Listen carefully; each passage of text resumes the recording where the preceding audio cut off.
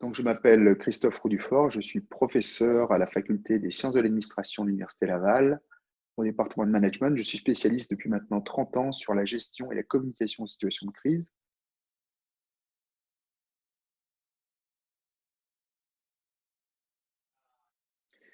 Et je crois que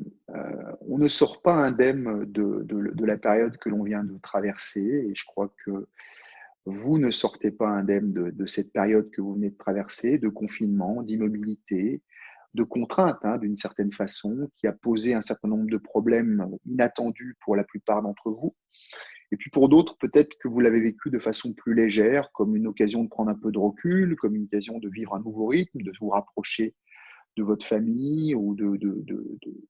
mettre en place des choses pour l'entretien du corps, le sport, etc. Tout ça, on l'a vu fleurir pendant la période de confinement. Et par définition, vous ne revenez pas au travail comme vous en êtes sorti il y a maintenant 3 mois. Et je crois que cette crise a eu l'avantage de ralentir un peu les choses, non pas de mettre tout sur pause comme on l'a dit, mais de les ralentir.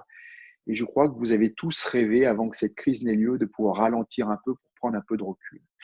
Alors, je crois qu'une façon peut-être de revenir au travail, ça va être d'utiliser ce ralentissement qui a eu lieu comme l'occasion peut-être de revisiter vos priorités en tant qu'employé, en tant que collaborateur. Peut-être de vous laisser plus inspirer en matière de priorité par ce qui est important à vos yeux et aux yeux de l'organisation que par ce que l'on vous décrète comme étant urgent. Parce que l'urgence, par définition, épuise, elle disperse, et l'urgence permanente finit par véritablement fatiguer et épuiser les organismes et le psychisme. Et je crois que, comme toute crise, elle nous a mis individuellement devant ce qui importe, devant ce qui est important. Et je crois qu'il est temps peut-être, avec ce retour au travail, de revisiter les priorités que vous aviez avant de partir et de réétablir ces priorités maintenant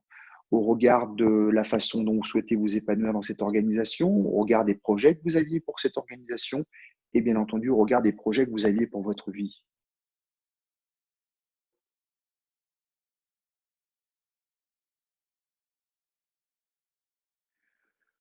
Je crois que le rôle que vous devez jouer ou que vous avez à jouer, en dehors du fait que les gestionnaires, les dirigeants vont aussi avoir des choses à faire vis-à-vis de vous, je pense que le rôle que vous avez à jouer, c'est d'abord un rôle de resocialisation, c'est-à-dire que vous avez été pour la plupart isolés dans vos maisons et vous revenez dans un collectif, alors de façon progressive la plupart du temps, bien entendu. Et je crois qu'il est important de pouvoir prendre un temps de resocialisation où vous allez retisser du lien avec vos collaborateurs, avec vos collègues, avec les gens de vos équipes, avec les gens d'entretien, toutes les catégories de personnel qui vous intéressent. Et je crois qu'il faut prendre le temps de retisser ce lien. Et la meilleure façon de le faire, c'est de partager simplement sur l'expérience commune qu'on a eue, autrement dit sur l'expérience de cette pandémie et du confinement. Et il est important de pouvoir exprimer ce que vous avez vécu entre vous et exprimer à partir de là aussi comment ceci change vos besoins, comment ceci change vos priorités, et précisément d'exprimer ces priorités et ces besoins à vos gestionnaires pour que eux aussi prennent la mesure de l'impact que cette période de confinement a eu vis-à-vis de vous. Il ne s'agit pas de revendiquer des choses, il s'agit de faire sentir à quel point